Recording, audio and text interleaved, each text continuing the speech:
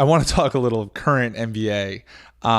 We were talking a little bit before we got on live, but I just want your thoughts on the MVP race right now. Yeah. Obviously, you have a vote, and I'm really curious. Do you see this at this point basically as a two-person race between Jokic and Embiid? And on top of that, I also want to ask kind of a follow-up in that, how do you feel that media really shapes these narratives? And for example, like Embiid, it's almost like a bully pulpit tactic where he goes into these post-game press conferences and he starts talking about how he should be the MVP, and it just kind of puts himself in now the conversation. You watched Harden do it earlier this year as well.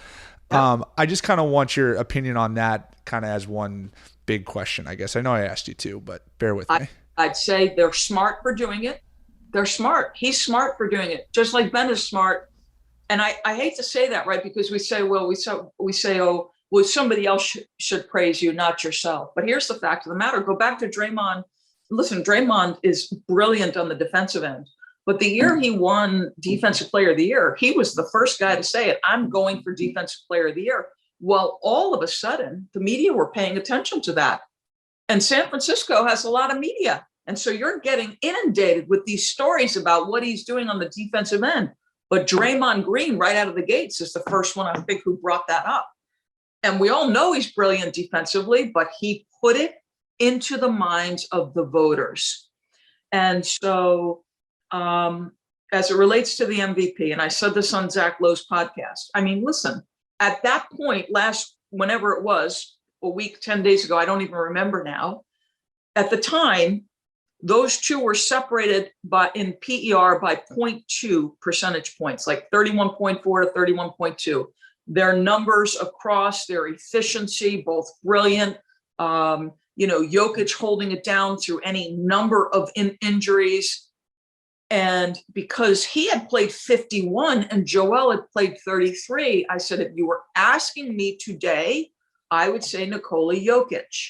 One thing that Zach said that surprised me, and then I saw the follow-up article by Tim Bontemps, was that he thought it'll be a landslide. And I'm thinking, not if Joel comes back and dominates, not if he gets to 50. I don't even know what's possible. I'll have to look because I have a game Sunday and Monday, and I'll if he plays the rest, I'll know what he's capable of playing. But Joel Embiid, and I've said this, I wish I could curse on your podcast.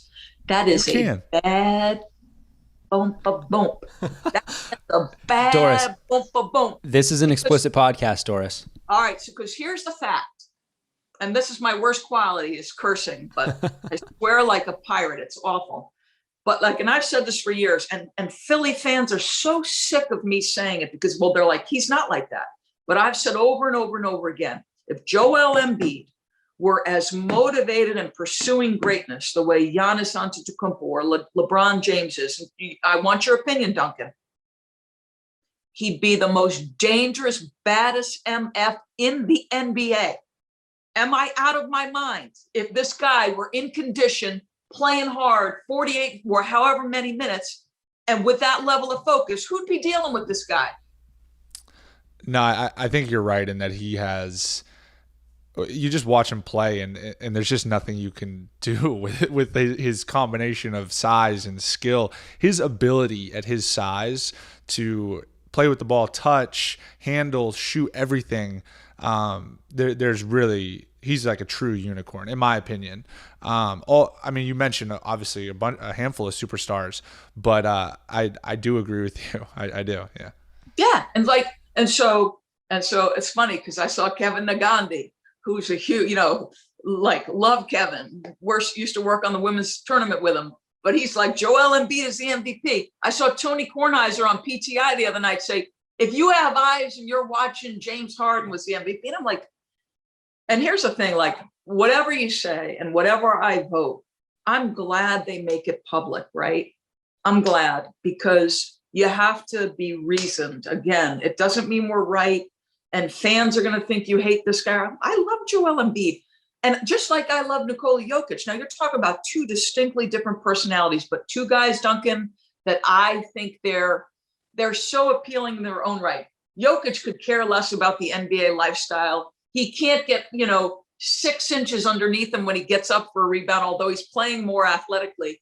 But the guy is so gifted. And so I find him appealing on so many levels. Same with Joel. Like, there's a part of me that loves sort of that he's more relaxed and a little bit of fun. And I was in the building the night he's going at Russ on OKC, and they're waving at each other and they're going off. Like, I am here for all of that. So I don't know who my MVP is, but right now it's a 2-man race. It's Jokic and Embiid for me. Guys, I got to be honest with you. It seems like we're forgetting about a guy named Stephen Curry. Yeah. He has been unbelievable over the last couple of weeks. Do you see any world where he enters himself into the race? Well, I agree. He's absurd. I don't know the answer to that. Who's top 5?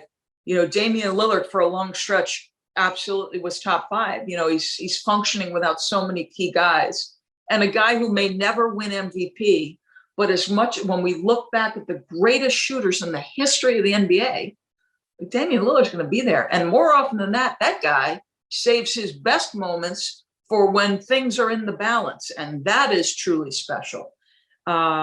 So I don't know the answer to that. I may call Duncan and ask him when I'm voting for first team, second team, what do you do with guys like Devin Booker and Donovan Mitchell, who after All-Star game, Donovan Mitchell's numbers are truly out of this world. Like, listen, voting on trying to make an all NBA first team is no joke. Trying to win MVP is no joke.